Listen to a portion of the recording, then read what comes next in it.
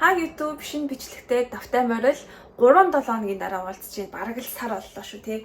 Тэгээд миний YouTube-ээр дүрэн Puff Daddy, Beyoncé-гийн нөгөө хэрэгүүдийн талаар гарч ирээд байгаа байхгүй. Тэгээд би бараг бүгдийг нь үзэж байгаа. Та нар ч гэсэн хэлэлтгүй мэдж байгаа л үү тий. Puff Daddy-гийн талаар шинэ мэдээлэл гарч ирэн эртэл зүгээр сууж ахаар бас тий зүлгэж суу гэж нэг юм адилхан хэрэг чирээд аваад ирлээ. Гэхдээ энэ нь Солонгост болсон K-pop октын хамтлагийн талаар.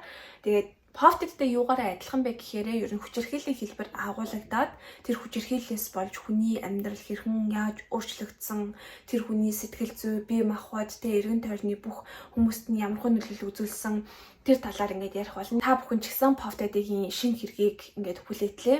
Бас иймэрхүү хэрэгүүдийг үзээсэй гэж бодоод та бүхэндээ танилцуулж байна. За тэгээд шууд октынхоо хамтлагийн танилцуулга руугаа орцгоё. Октын хамтлагийн нэр маань бол Stella 4 гишүүнтэй хамтлаг байгаа.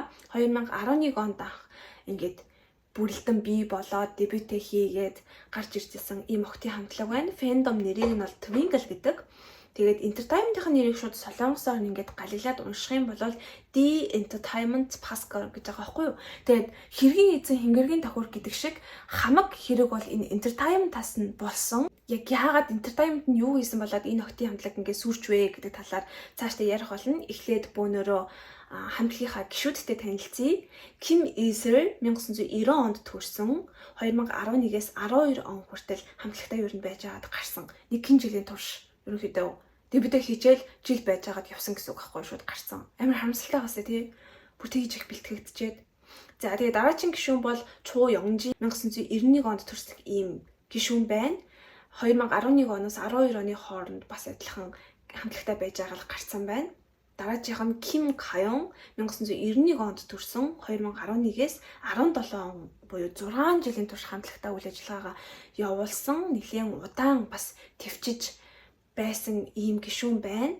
Дараагийнх нь бол Чонюри 1994 онд төрсөн. Мөн адилхан 6 жилийн турш үйл ажиллагаагаа явуулсан ийм сайн төвчж үлдсэн гишүүн байгаамаа. За дараагийн гишүүн бол Ку Ёнин байгаа 1994 онд төрсэн. Хамтлаг ер нь тарахаас өмнө яг жилийн өмнө орж ирсэн байгаа байхгүй 17 оноос 18 оны хооронд Stella хамтлагт байсан. Гэтэ гараад бас дараагийн ийм хамтлагт үйл ажиллагаа явуулсан юм шиг байгаа. Нилийн карьераа хөөсөн юм шиг байгаа. 19 оноос 20 оны хооронд өөр хамтлагт байсан. 20 оноос 22 оны хооронд Black Swan гэдэг ийм өөр хамтлагт байсан юм шиг байна. Гэхдээ цаашдаа одоо яг 24 он хүртэл юу хийж байгааг нь би сайн мэдэхгүй байна. Октын хамтлагийн гишүүд маань ийм байгаа. 2012 онд бол Easer Chua гэдэг хоёр гишүүн маань гараад хоёр гишүүн нэмэгдэж орж ирсэн байгаа байхгүй юу? 2012 онд нэг тийм A-Pink шиг хамтлаг гарч ирсэн байгаа. Ерөнхийдөө гишүүд нь ч гэсэн өөрсдөө хэлжсэн байхгүй юу? Бид нар ингээд бодохдоо ингээд дотроо ингээд бодцсон дүр байгаа шүү дээ. За яг л иймэрхүү гоё хамтлаг болмоор юм гэсэн. Тэр нь бол A-Pink хамтлаг байсан юм шиг байгаа. A-Pink хамтлаг шиг юм концепттэй. Ер нь нэг ийм хамтлаг болмоор байна гэж бодоод дебютээ хийсэн боловч тэр нь ерөөсөө хүмүүст хүрээгүй.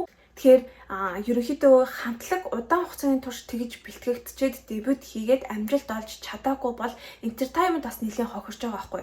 Тэгээд entertainment шууд бодож байгаад 2 жилийн дотор концепцийг нь эргүүл айцсан. Нөгөө нэг ийдүүтэй нэг юм хүүхдэрхүү байсан хамтлагийг шууд энэ одоо гарч ирж байгаа дуугаар нь концепцийг нь өөрчлөөд sexy queen гэдэг ийм бүр хочтой болтол нь өөрчилж чадсан байгаа байхгүй. Тэгээд хүмүүсээс яг ийм sexy queen гэдэг нэрийг олж аваад ерөнхийдөө шууд ингээл бүүн болсон энэ хамтлаг. Тэгэл тэрний дараачаар өөр дуунуудад цацаал Vibrator гэдэг дуугаа бас цацсан заяа. Тэгээд хамгийн их одоо яг ийм дарамт авсан бичлэг бол яг энэ Vibrator гэдэг энэ одоо бичлэгээ цацахтаа энэ дуугаа цацахтаа ингээ гişүүд нь тийм дарамттай байсан гэж байгаа байхгүй юу. Тэгээ хамгийн сүүлд нь ийм Kim Gayon гэдэг энэ гишүүн нь өөрөө бүр ингээд нэвтрүүлэгт ороод ямар хэцүү байсан, яаж исэн гэдэг талаар ярьж байгаа. За тэгээд энэ одоо бичлэгийг нь бөөнөрөө MV-г нь шууд дууг нь сонсгож болохгүй байхгүй юу. Тийм болохоор нэг юм бичлэгийнх нь хэсгүүдийг ингээд тастаад энд ингээд оруулчихъя. За одоо та нар ингээд хэрэг энэ бичлэгийг ингээд үзэж байхдаа юу сүртэй юм те ийм юм одоо байж л байдаг штэ. Энэ одоо нэг ийм юм тавилаа гэд яах вэ те юу сүртэй юм тэгэл энэ байтгааг л одоо үзэн штэ K-pop idol болоод ингээд debut хийгээд ингээд нэр алдарт гарч байгаа бол тий entertainment санаасаа ингээд ийм концепттэй явна гэж байгаа бол одоо тий яах вэ тий энэ тэлээч бараг та нарыг ингээд нүцгэлжээгүй биш дээ гэж ингээд юм бодож авах юм болвол тухайн үед энэ яг л ийм хэмжээний байсан байхгүй юу. Саяхан ингээд Jenny-г idol гэж тэр кинонд тоглоод нэг юм бүжгэлсэн шүү дээ. Тэгж гарч ирсэн сцен байдаг шүү дээ. Тэрэн дээр л хүмүүс Jenny юу бүжгэлээд байгаа ингэж болохгүй гэл одоо нэг хүмүүс амар шуугж байгаа шүү дээ. Тухайн үед яг л энэ хамтлаг ийм байсан байхгүй юу. Бүх хамтлагууд амар cute, элдвүүтэй, нэг тийм хайр татан байсан бол энэ хамтлаг анх ингэ шууд тэг ингээл дотор хувцсныхаа ингээл хажуудлыг гаргаж маргаал тухайн үедээ л анх ингээд гарч ирж байгаа амар тийм ил им нүцгэн им концепттэй дуу байгаад байгаа байхгүй 2014 он гэдэг чинь намайг 14 настай хахад ийм дуу цацагдж байна гэдэг чинь бас нэлийн шуугуулж исэн байгаа байхгүй юу. Тэгээд бичлэгийн гэдэг одоо харах юм бол бас л эвгүй хөдөлгөөнүүдийг ингээд тэгэлж гаргасан байгаа байхгүй юу. Butter гэдэг энэ бичлэгийн доотлол ингээд комментуудыг унших юм бол ер нь бол гараад ирнэ. 저거 진짜 얼마나 찍기 싫었을까 гэсэн байгаа байхгүй юу. Энэ бичлэгийг ингээд хичнээн их одоо даруулахыг хүсэхгүй байсан болоо. Энэ бичлэгийг даруулахад хичнээн хэцүү байсан болоо. 요는 어른 나이에 자신이 원하지 않은 모습으로 무대에 서고 그 모습으로도 조롱받는 게 얼마나 힘들었을지 이가라리 다운 K 리액션тэй байна. Тэгээд яг энэ насан дээрээ тэг ийм жоохон насан дээрээ өөрийнхөө хүсээгүй ийм зүйлийг хийгээд хүсээгүй юм тайзан дээрээ гараад хүсээгүй өөрийнхөө концепцээр ингээд гарч ирэх ямар ингээд хэцүү байсан болоо. За хүмүүс яасан болоод энийг ийм хэцүү байсан бэ гэдэг аваа ихээр өнөөдөр энэ бичлэгийг үзцгээе. Би анх A-Pink шиг концепттэй team хамтлаг болох байхаа гэж бодож байсан. 근데 원래 진짜 청순한 그런 그룹이었네. Гэхдээ ямар ч хариу үйлдэл байгаагүй хүмүүс бараг л үзээгүй. Тэгээд концептээс солиод гараад ирэхэд бүр үнэхээр цочортом комментуудыг авч эхэлсэн.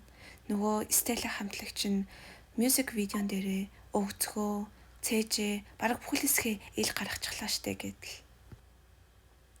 Баярлахад ч хэцүү, гуниглахад ч хэцүү тийм нөхцөл байдал байсан.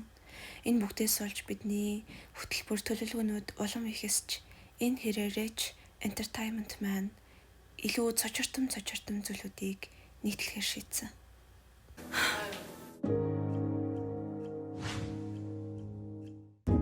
아이고.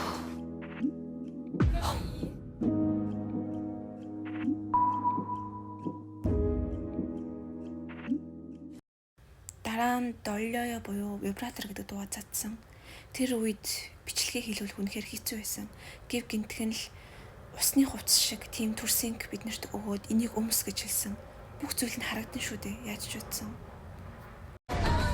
아이고. 아유. 아, 나 이거. 오. Энэ бол үнэхээр миний харах дурггүй зураг. Яагаад дурггүй вэ гэхээр энэ бичлэгийг хийхдээ бид нэр энийг өмсөж чадахгүй гэж хэлсэн. Тэгээ та нар яагаад өмсөж чадахгүй байгаа юм бэ гэж асуухад харал та. Ийм байхад бид нар яаж өмсөд зураг даруулах юм бэ гэд өмсөж хараасан.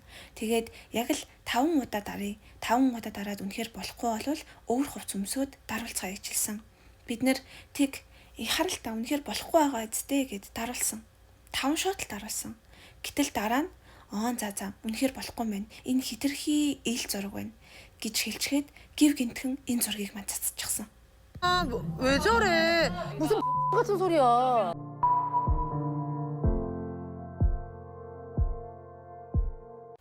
Гаёмбоско маань одоо хэрхэн яаж амьдардаг вэ гэхээр ээжтэйгээ эрэгтэй дүүтэйгээ хамт амьдардаг. Эрэгтэй дүү нь бейсболын тамирчин. Ээж нь гэртээ охинтойгоо хамт байдаг. Гаёмбоско хамтлагаасаа гараад олон жил болсон ч гэсэн одоо хүртэл утсанд нь хэцүү, төвөгтэй ядаргаатай мессежүүд ирсээр л байдаг.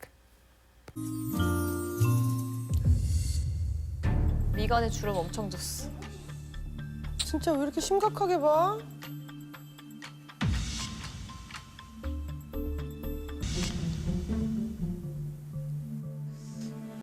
Сошиал орчинд мессежүүд нэлээд их ирдэг. Тэгээд тэрийг заримдаа шалгаж үзэхэд бүр үнэхээр гайхам зочирдом мессежүүд байдаг. Жишээ нь яг тэр хүн өөрийнхөө бэлэг эрэхтний зургийг над руу явуулчихсан байдаг. 어머머머, 웬일이니? Бүр бэлэг эрэхтний зураг битгийхэл спонсорын санал ч гэсэн надад ирдэг. 뭐? 스폰지. 스폰서. Тэгээ мессежүүдийг харах юм бол жишээ нь энд сайн байна уу? Спонсор хайж байгаа юу? Би 30 гарсан залуу. Тэгээд санхүүгийн эрх чөлөөнд хүрсэн уулзах болгондоо 30 саяыг өгж болно гэсэн байгаа байхгүй юу бүр. 또라이인가 봐. 진짜 더러워. 엄마, 어떡해. Үнэхээр шаналсан. Сэтгэл маш их өвдсөн. Айдол болно гэдэг энэ замаар явна гэдэг үнэхээр хэцүү шүү дээ. Гэхдээ энэ замыг сонгоод айдол болно гэхэд нь би эсэргүүцсэн. Үнэхээр дургүй байсан. Гэхдээ яалтчихгүй би охиныхоо сонголтод итгэсэн. Охиныхоо сонголтыг хүндэтгсэн. 있어요. 아이고, 상장 봐. 고학고등학교 학생들을 큰 박수로 하시기 바랍니다.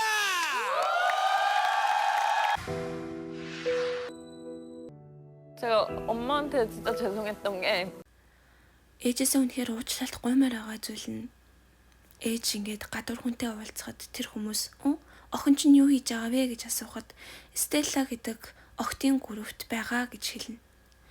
Тэр хүмүүс нь тэр группийг хайгаад үзэх юм бол охин чинь яагаад ийм юм хийгээд байгаа юм? Яагаад ийм юм хийх юм чи зөвшөөрöd байгаа юм гэж хэлдэг. Ийм байдалд хүргэсэн ээжээсээ үнэхээр уучлалт гуймаар байна. Гэтэ энэ охиных нь буруу биш. Охиных нь төсөөлж сонгосон тэр зам уул нь биш шүү дээ.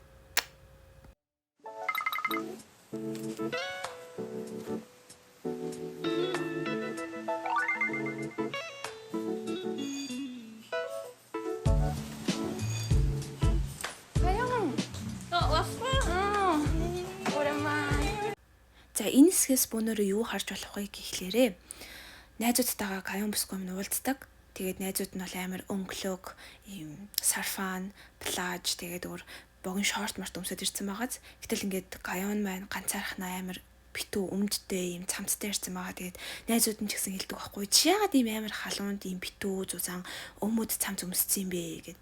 Тэгээд каян хариулахтаа болохлээрээ би ингээд хангалттай ийм богино юмнууд өмссөн. Тэгээд одоо ерөөсөө ийм богино юм өмсөх хүсэл төрөхгүй байна. Ер нь бол өмсөхгүй гэж ингэж хариулж байгаа байхгүй.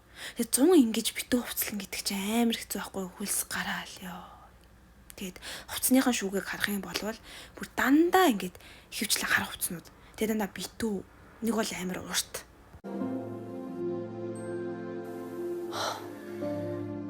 긴 바지 아니면은 긴 치마를 입는 게 좋더라고요.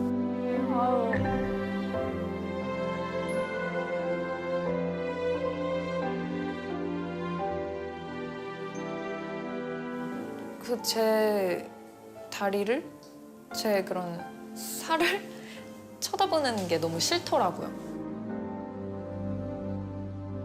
저도 사실 제가 이런 트라우마가 생겼다는 걸 인지를 못하고 있었어요. Сая юу гэсэн бэ гэхээр ингээд миний хөл рүү хүн харж эхлэхэд би шууд тухгүй болдог гэж байгаа байхгүй юу? Им драматай болсон. Чодоо будаад ингээд ширтэж харах. Тэгээ тийм болохоор хүмүүс миний хөлийг харах байхээс би ингээд айсандаа болоод дандаа урт өмд, урт плаж өмсдөг болчихсон. Гэхдээ анхандаа бол би энэ драмаг ингээд хүлийн зөвшөөрч чадаагүй үнэхээр хэцүү байсан гэж байгаа байхгүй юу?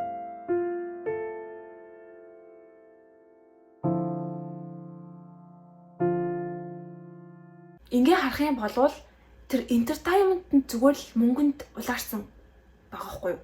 Тэр гişүүдийн одоо сэтгэл зүй ямар байна? Тэр гişүүд хувцаа үнэхээр тайлмаар байгаа мó? Тайлмааргүй байгаа мó? Үнэхээр ийм хувцтай бүжгэлмээр байгаа мó? Ийм бүжиг бүр ийм хөдөлгөөнтэй хиймээр байгаа мó? Үгүй мó гэдэг нь ерөөсөө ямар ч хамаа байхгүй зүгээр л та нар амжилтанд хүрмээр байгаа л энийг хийх ёстой. Та нар одоо тий ингээд энэ манай entertainment-д хараалж байгаа л энийг ингээ өмсөх ёстой. Наатаа ингээд өмнөс надад солиод өмсөдөх ингээд зураг даруулна ингэж хөдөл гэдэг ч юм entertainment зүгээр л бүр мөнгөнд дулаарсан байгаа байхгүй. Тэгэд энэс болоод охтын хамтлаг ямар сайндаа гişүүдэн төвчөхгүй болоод нэг жил шууд үйл ажиллагаа явуулж байгаа зогсоогоол гарах вдэ тий. Дэж эрэг айдл болно гэдэг чинь тий одоо надаар хэлэхгүй та нар сайн мэдж байгаа шүү дээ амар хэцүү хүн хөдөлмөр тий хичнээн удаан бэлтгэгдчихэж ингээд бүх зүйлүүдийг даван туулж дебют хийдэг үлээ. Гэтэл тэгэж дебют хийчээд нэг жилийн турш ингээд төвчж чадахгүй гарна гэдэг бол ямар хэцүү байсан ба ингээд дотор хувцастай хүртэл ингээд MV тэр бичлэгт нь ингээд оруулчихсан. Тэгээ одоо энэ хүмүүс маань 30 эдтэй болоод ингээд өөрсдийнхөө бичлэгийг ингээд YouTube дээр дахин гарч ирэл байгаа байхгүй амар хэцүү. Тэгээ тэр бичлэгүүдээ үзэхэд хүртэл одоо амар хэцүү байдаг. Ер нь бол үзэх амар дурггүй гэлтэж байгаа. Тэгээ хүн хүсэхгүй байхад чи ингэж хөдөл. Хүн хүсэхгүй байхад чи наадхаа өмсөөд ингээд гуяа гаргаадах, өвцгөө гаргаадах гэж хэлээд тэрийг нь хийх ямар хэцүү байсан бол. Oh my god. Та нар сонсоход юу сүртэй ингэж бодож магадгүй. Бид нар өнөр нэг юм одоо сонсоо сурчлаа штэ тэгээ pop дэгийн хэргийг сонсоод тэгээ бас дээрэс нь юм олон юм crime-од сонсоод ингээ өнөрөө сурчлаа штэ тэгээ амар хэрэгүүд сонсоод тэгээ бидний ингэж их тасцсан байгаа байхгүй юу. Инээс амар хэрэг байдаг штэ гэд. Гэтэл яг үндэ энэ одоо хэргийг ингээд бэлдээд хараад ингээ бичлэгүүдийг ингээ сонсоод явж байхдаа яг ингээ тэр хүнийг би ингээ өөр шиг ингээ мэдрээд байгаа байхгүй юу. Амар хэцүү. Яна намайг хэрэг шууд те наадхаа тайл энэ дотор хувцыг өмсөд бичлэгэнд ор гэд ингээ хүчнөө олон мянган хүн намайг харж байгаа шүү дээ. Өөрөө өсөхгүй байхад намайг хэрэг тэгсэн бол би одоо яах байсан бол би ингэж чадахгүй би бүр зүгээр уйлаад бол би өмнөхөр ингэж чадахгүй гэл хамгийн хаяал гарах байсан. Гэтэл тэр хүмүүс чинь өдийг хүртэл ингээл амжилтанд хүрнэ гэл хөдөлмөрлөөд тэсээд төвчээд ирсэн. Тэгээд ер нь бол гэмт хэрэг их баг гэлтэхгүй тэр хүний сэтгэл зүйд хичнээн одоо хэцүүгээр хүчээснараа хэмжигдэх байх гэж би бодож байна. Ийм байдаг шүү дээ. Энээс илүү юмнууд ч гэсэн байж л байдаг шүү дээ. Юу сүртэй ингэж бодож бүүнөрөө хийжэж болохгүй. Энэ бол ингэж хийж байгаа явдал нь тэр хүнд хичнээн хүнд тусж байгаа бол тэрийг бүүнөрөө бас бодож үздэг байх хэрэгтэй. Ер нь бол 2011 онд нэг иймэрхүү юм болж исэн юм байна. Тэгээд та бүхэн ч гэсэн энэ хамтлагийн талаар хэрэг мэддэг бол сэтгэлдээ комент хэсэгт үлдээгээрэй. Хэрэг мэдэхгүй бол 2011 онд бидрийг жоохон байхад ийм амар хэрэг болоод өнгөрч байжээ. За тэгээ дараагийн бичлэг хүртлээ түр баяртай.